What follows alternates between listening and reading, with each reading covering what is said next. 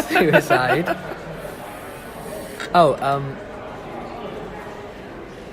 he killed himself because of the woman. Oh, the 27 Club, because I think that's an amazing phenomenon, and I think... What is the 27 Club? So the 27 Club is this sort of cultural phenomenon that, like, lots of artists, musicians, poets, like, people in that sort Amy of... Winehouse was one of them. Brian Jones, Jim Janis Morrison, Janis Joplin, Basquiat, like, all these people have died in their prime.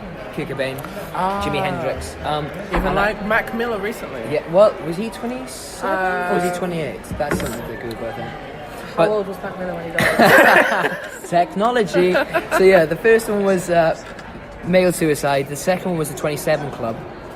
And I came up with this idea of this artist who was so fixated on joining the 27 Club and having this immortal fame that he left all of his art, music and poetry fall by the wayside. So the irony is, even if he died at 27, he wouldn't be in the 27 Club because he would have fuck all to be remembered for.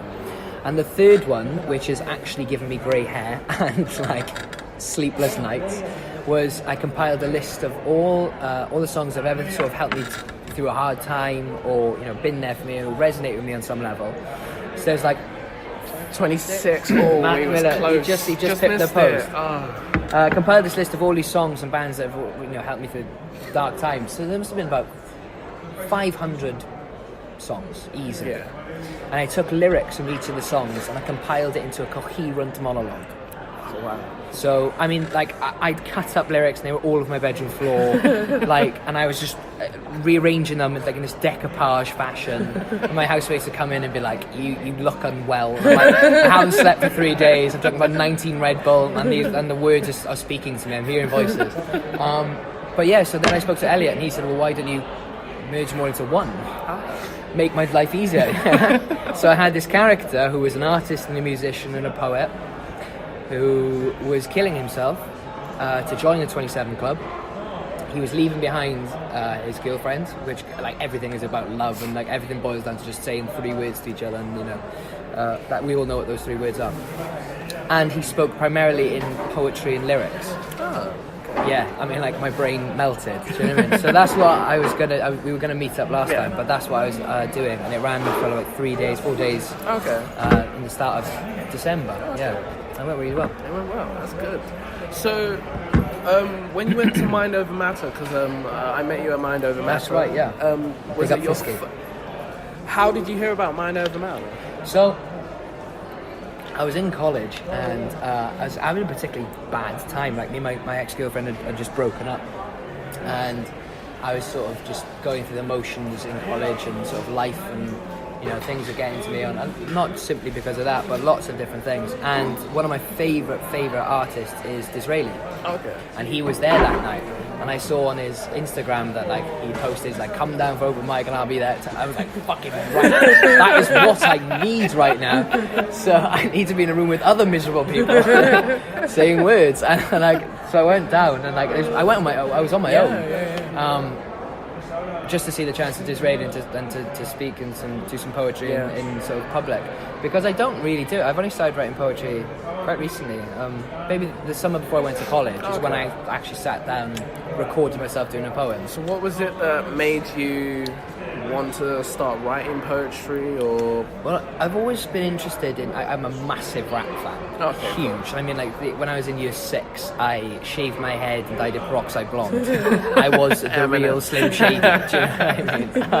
There's still some horrendous photos around my mum's house of, like, this kid with peroxide, and the thing is, they fucked it up, and there was like 10 pence piece sort of like brown in it. Do you know what I mean? I look kind of like albino at some point. Like, it was just, I just messed my hair up.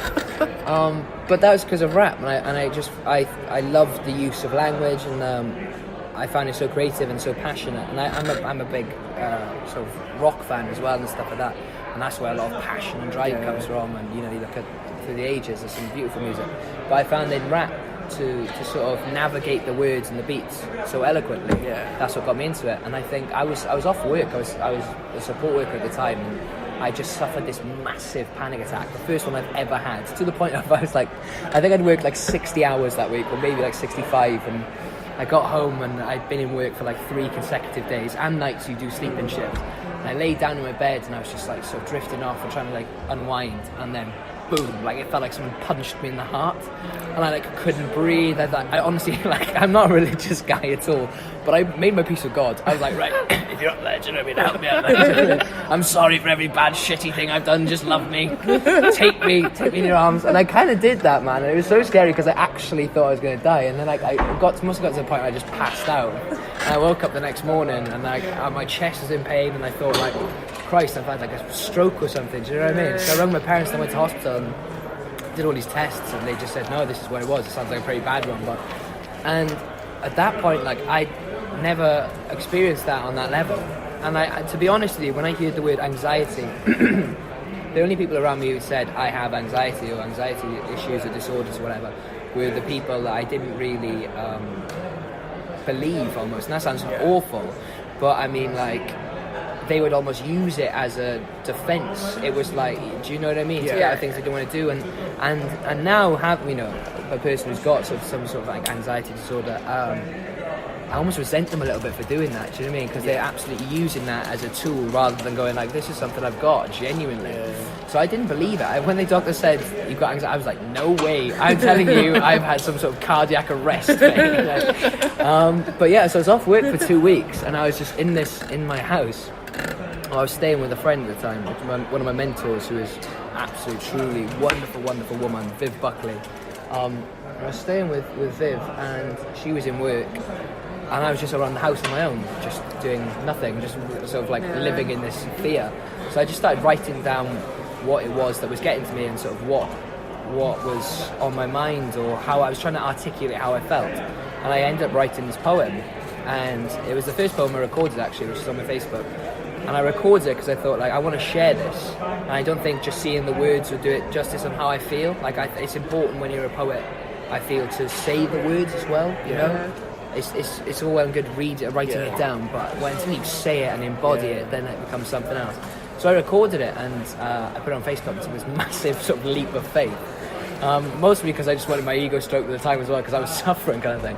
But I had such good results, and people said, you know, that this was something I should do, and that really gave me the confidence then, because I've always written, and I used to be in a band, and I used to write lyrics and stuff, but never did I think to just do poetry. I mean, it was always for a song. It was always the lyrics for a song, and that sort of gave me the confidence then to sort of to write more and progress my writing and stuff. So yeah. So is it?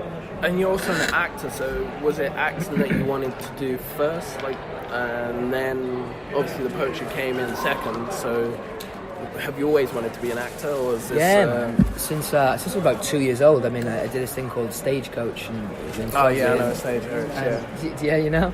And Snatch now. it was this youth theatre program, and I did that from, you know, since I was like yay high, you know. So I've always wanted to do it, and I've always wanted to perform, and I've always sang, and I was dancing when I was a kid as well. And as I got older, I started just doing, you know, straight acting. And did a couple of musicals, like rock musicals, or then I got into a band, and then I went through a singer. And, poetry was something I always appreciated, but never really did. It's a massive thing as well. I think it's a classist thing. I think, like, at the school, when you go to school and you hear the word poetry, the thing is, teachers who aren't passionate about it, it's the same with Shakespeare, man. No fucking teacher likes teaching Shakespeare, especially to 30 kids who don't give a fuck. Do you know what I mean? So, like, when they're teaching poetry, they sort of glide over it and they don't get you into it, and same with Shakespeare and stuff. And so when you're doing poetry in school and they're going, I remember one about it was like at the Raven, I think, or something like that, and they're talking about the curtains being black and whatever, and then, like, you spend. I've been saying this lately, right? That I think the scene in London has so much fucking talent in it. It's like, I took my friend Jess to Mind Over the Matter last time, and she's never been to poetry night. Really doesn't know what the scene is. Couldn't name a poet if you asked her to. And she came and she was like, that was not what I was expecting. Do you know what I mean, though? And I think you're right, that people have this image of poetry as being like, in a dark room, everyone's wearing berets, like, you know, sadness. I do wear berets quite a lot, sadness, though. You know. Loads of clips. I do wear berets. But, like, I just think people have this really warped view. Really stylised view of what they're expecting from the poetry scene. And actually, like you say, there's rap artists in there, there's a lot of different styles. Like, I'm not saying that those beret wearing clickers. Yeah, the beret. I mean, I click. And I wear berets. Part of the problem. We're part of the problem, obviously. But we're not helping ourselves. No, but I just think that the one thing I think the poetry scene actually needs is a bit more publicity, a bit more. 100%. Because I think a lot of the people that go to the shows are the people which are performing, which is nice, you know. But at some point, you can't have 100 people, 100 poets, and no one watching. You know, but everyone's just. We're all just appreciating each other's work. And so that was clever. That's the one. Oh, I love that rhyme. What you mean? Do you know what I mean, though? Yeah. That's what I mean. So when I put that first poem up, and like, it was people commenting on it or like sharing it and stuff. They're going that in my mind, in my eyes view, would never have said that about a poem in school. Do you know what I mean? They would have gone like, but they would have gone, this speaks to me, or this makes sense to me, and that's a fucking humbling experience, and like you feel amazed that you can articulate other people's feelings as well. But it's true, like, I mean, and in school they're like, oh, what does this mean? It obviously means that the velvet curtains represent the inner demons of the... Fucking hell, like, no 14-year-old boy or girl is sitting there going like, oh yeah, I really get it. You do you know what I mean? Yeah. I think they need to make it more accessible. Like, and that's why I say it's a classic thing as well. So I mean, like, street rap and like spoken word and slam poetry and stuff, that's got deep rooted from the streets. There's people talking about like issues that are real.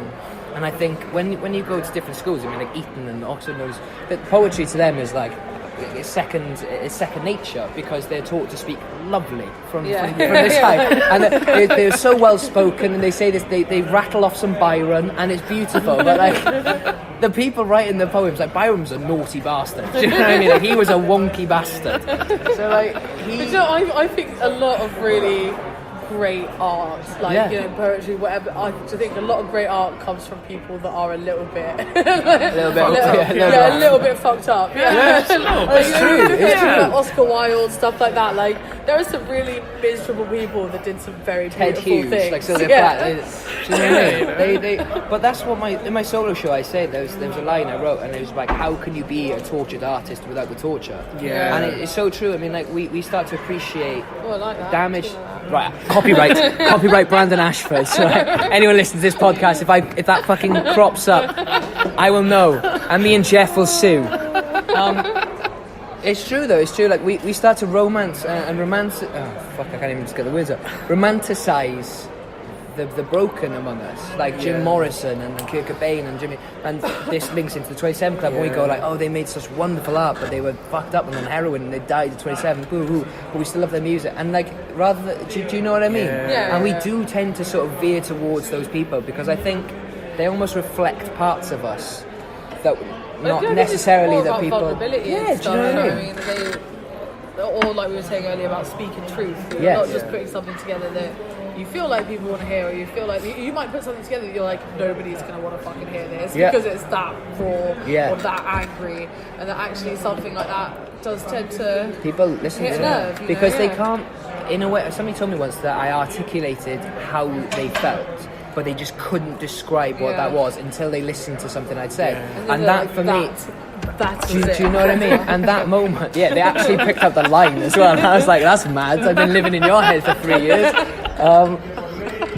Do you know what I mean, though? And like, it's true, though. It's true, and I think it is about vulnerability. And I do honestly think it's because, as a poet or a musician or as an artist, you get to reflect the parts of that person that they may not necessarily have looked at yet, or might not have been able to comprehend about themselves yet, but looking through that piece, that guise of your art, they can, and they it's illuminated part of them, and also by you saying it means that maybe they don't have to, but they've lived vicariously through it. Do you know what I mean? True. And it's put like a label on something that needs it to be addressed. It's quite a brave thing, essentially, to be an artist, to stand up there and put something that you've written out. Completely. Like, a lot of people don't necessarily have that drive to go out there and put it out there.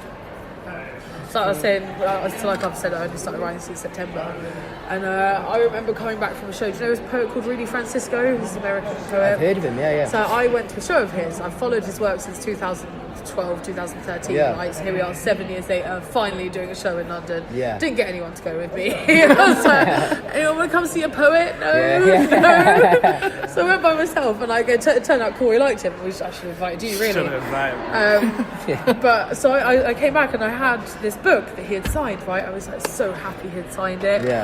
And I had some pages that, I mean, when I get a book, I tend to ruin it. I write in it and turn the pages over. I'm like, this belongs to me now. Yeah, I'm going to decimate it. If I want to, I paid the £9 for it. Someone can like read. Like, I like the idea that someone can pick it up after you die or whatever and still get a sense of like the shit that you liked. And I remember showing some of the poems I